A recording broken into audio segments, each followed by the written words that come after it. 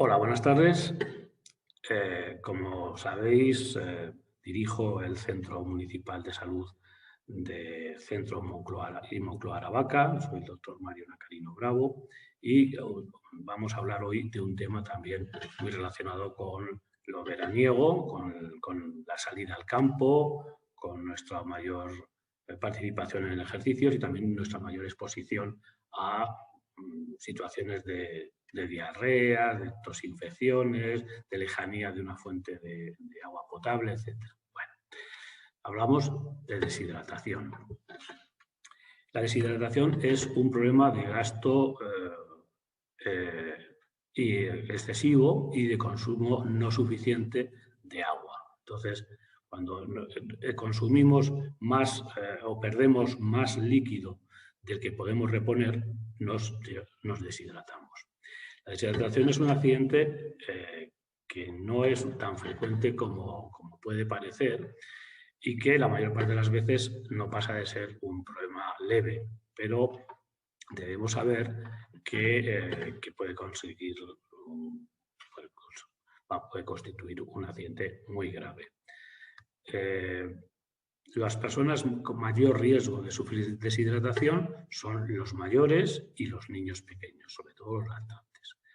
Y las causas más frecuentes, en los niños sobre todo, pues son los vómitos y la diarrea, que ahora en verano también están un poquito propiciadas por consumo de alimentos en peor estado. Bueno, siempre en mi caso personal, siempre mis padres me echaban la culpa de mis diarreas estivales, pues a que me daba por comer fruta verde cuando llegaba al pueblo, ¿no? Los adultos mayores lo que pasa es que tienen mayor posibilidades de sufrir deshidratación porque tienen menor reserva de agua en sus cuerpos. Y bueno, pues también es verdad que a veces tienen enfermedades crónicas que facilitan la deshidratación y también pueden tomar algunos medicamentos que aumentan el riesgo.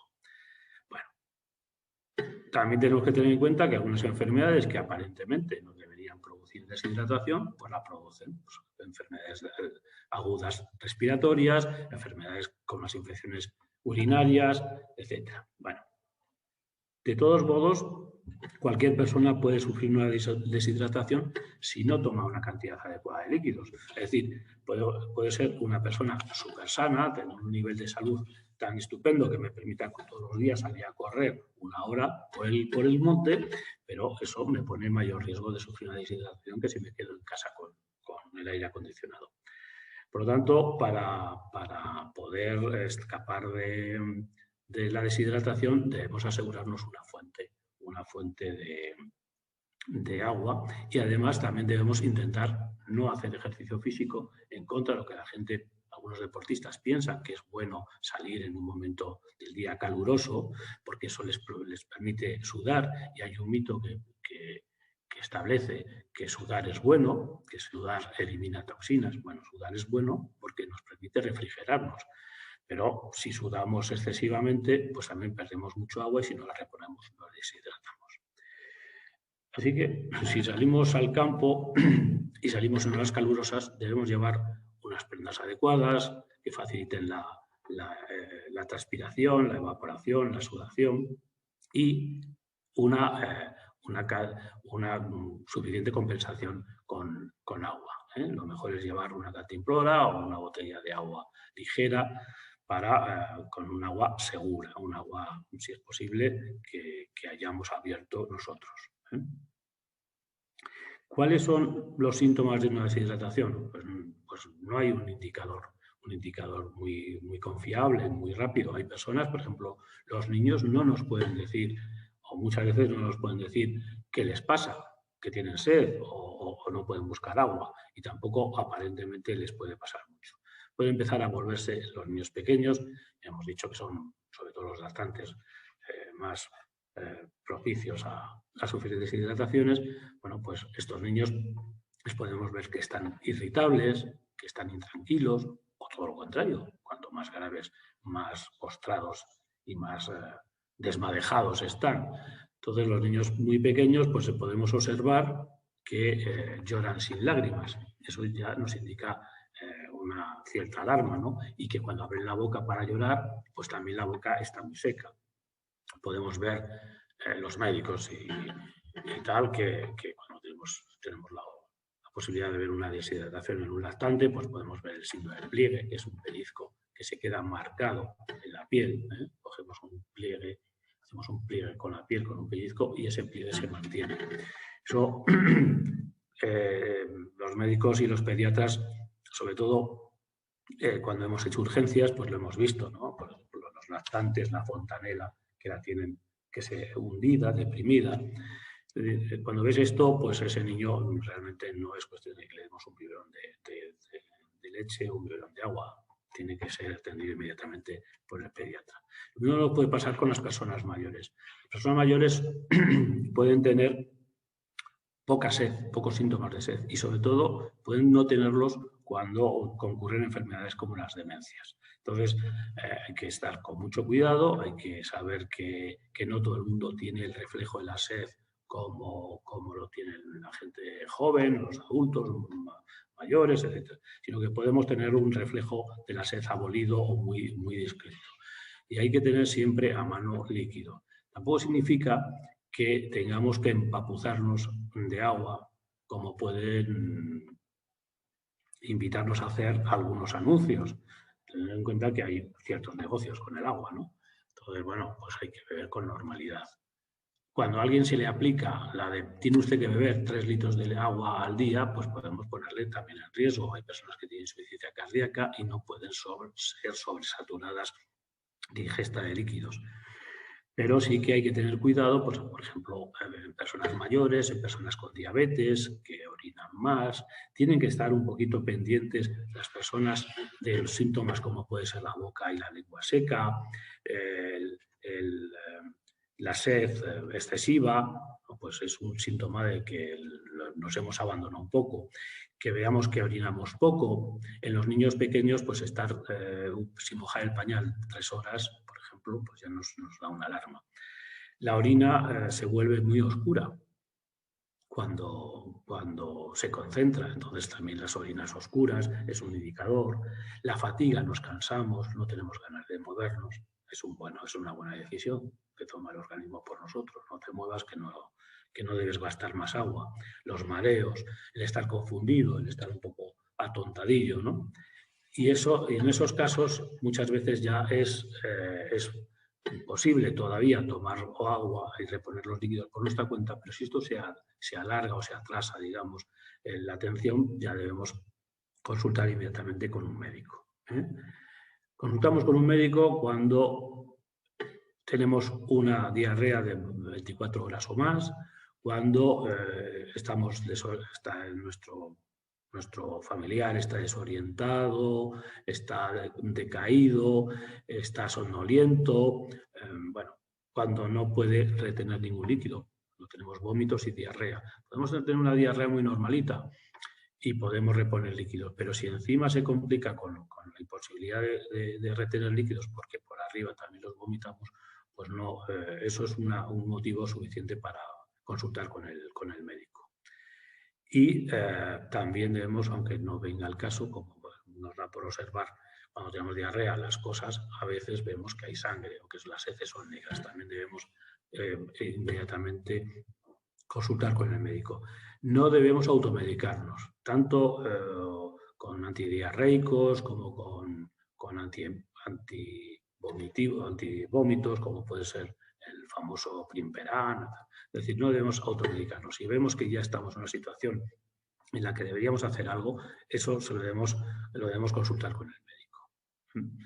Bueno, he dicho un poquito dónde está el quid de la cuestión de las deshidrataciones. Puede ser por una conducta un poquito temeraria a la hora de hacer ejercicio, porque nos salgamos al monte y nos podamos estar andando por el monte sin un arroyo siquiera, sin una fuente de agua, pues podemos entrar en el tema de la deshidratación. Podemos deshidratarnos porque tengamos fiebre, podemos deshidratarnos porque sudemos excesivamente y gastemos una cantidad de líquido que no vamos a reponer. Y en determinadas circunstancias en las que tenemos mayor necesidad de consumir líquido, de ingerir líquido, como puede ser, por ejemplo, en las diabetes, que ya os he comentado, cuando estamos usando de una manera habitual diuréticos, famosos diuréticos para el corazón, etcétera, y eso hace que todavía seamos más frágiles para la deshidratación. También hay algunos medicamentos para la tensión arterial que pueden facilitar la deshidratación, y algunas medicinas o algunas situaciones médicas dificultan la sensación de sed. Los antidepresivos, los ansiolíticos y las personas que tienen problemas de deterioro cognitivo, las demencias, etcétera, pues pueden tener menos ganas de beber. Yo creo que debemos tener siempre el agua a cuestas. Sabemos que cuando salimos al campo uno quiere salir sin mochilas y sin tal, pero debemos llevar una botellita de agua, como sea. Es mejor que cuando veamos una fuente, bueno, pues la veamos, la limpiemos, la cuidemos, etcétera, etcétera, pero si es posible que el agua que llevemos en la mochila sea la que vamos a consumir, porque, bueno, pues no todas las fuentes tienen asegurada la potabilidad, aunque nos parezcan cristalinas y encantadoras. Así que debemos llevar nuestra mochila con nuestro agua.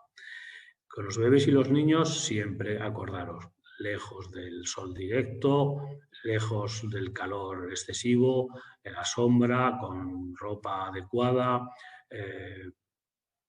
atendiendo cualquier sensación de cualquier síntoma de deshidratación, y con los adultos mayores lo mismo. Muchísimo cuidado con cualquier golpe de calor. Se defienden mejor nuestros mayores, nos defendemos, porque ya somos todos mayores, pero nos defendemos peor que cuando somos jóvenes.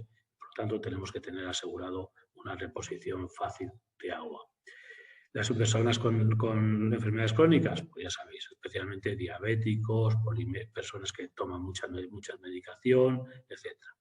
Y las personas súper sanas que hacen ejercicio al aire libre, pues son muchas veces las que corren más riesgo, porque se arriesgan más, se alejan más de fuentes de agua por no llevarla encima, y además a veces pues se exponen a temperaturas altas con sudoraciones a veces dificultadas por la ropa que llevan, etc.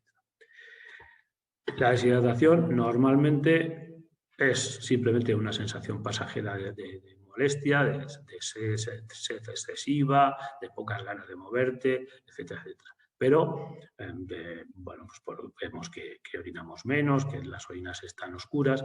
Es un buen dato en verano orinar con más frecuencia, que sean orinas claras. Eso es un indicador muy sencillo de buena hidratación. Y sabemos que las complicaciones de la deshidratación un poquito más avanzadas son el golpe de calor, que ya os lo expliqué hace unos días. Consiste en un cuadro que puede llegar desde lo leve, de la sensación de fatiga, de calambres, etcétera, hasta, bueno, pues un agotamiento y un cuadro grave en el que, bueno, pues todos los veranos en este país tenemos algún caso de personas que han trabajado al aire, al sol, o que han hecho un ejercicio inadecuado, etcétera, y padecen el golpe de calor, a veces con unas consecuencias dramáticas, ¿no? Problemas renales y urinarios, bueno, pues la deshidratación significa siempre una menor emisión y producción de orina, y esto facilita, por ejemplo, los cólicos renales, lo que los médicos llamamos ahora crisis renoureterales, y que es la producción de cálculos que se impactan en la vía urinaria y producen un dolor que algunos conocen bien. Bueno, en los casos extremos se deja de producir orina y entramos en una insuficiencia renal. Las convulsiones, ya os he explicado, en el cuadro golpe-calor, pues se llegan a tener, pues, muchas veces por pérdida también de electrolitos, etcétera, se pueden producir calambres o convulsiones. Y, por último, tendríamos el cuadro más grave producido por la deshidratación, que lo podemos ver casi más frecuentemente en los lactantes, que es el choque hipovolémico. Es un cuadro muy grave que se tiene que atender siempre en el hospital. Debemos siempre hacer prevención, entonces actuar rápidamente o con mucha cautela cuando haya vómitos o diarrea. Evitar los ejercicios extenuantes. Es muy bueno hacer ejercicio, pero a lo mejor no es bueno hacerlo en determinada hora del día. Tener en cuenta que debemos beber más agua en tiempos calurosos, ¿eh? Y tener en cuenta las personas que son más frágiles y que hay que tener más atención, que son las enfermedades en los adultos, enfermedades crónicas como la hipertensión, la diabetes, la toma de las bronquitis crónicas, las tomas de medicamentos y tal. Bueno, esos días tenemos que tener el agua a mano, pero acordaros también que en personas con insuficiencia cardíaca no podemos sobrecargarles de agua, no podemos cumplir esa especie de máxima que dice que tenemos que todos que beber no sé cuántos litros. Hay personas que no pueden beber no sé cuántos litros porque entrarían en una especie de ciclo vicioso de la insuficiencia cardíaca aguda, ¿eh? Y hasta aquí la charla de deshidratación. Buenas tardes.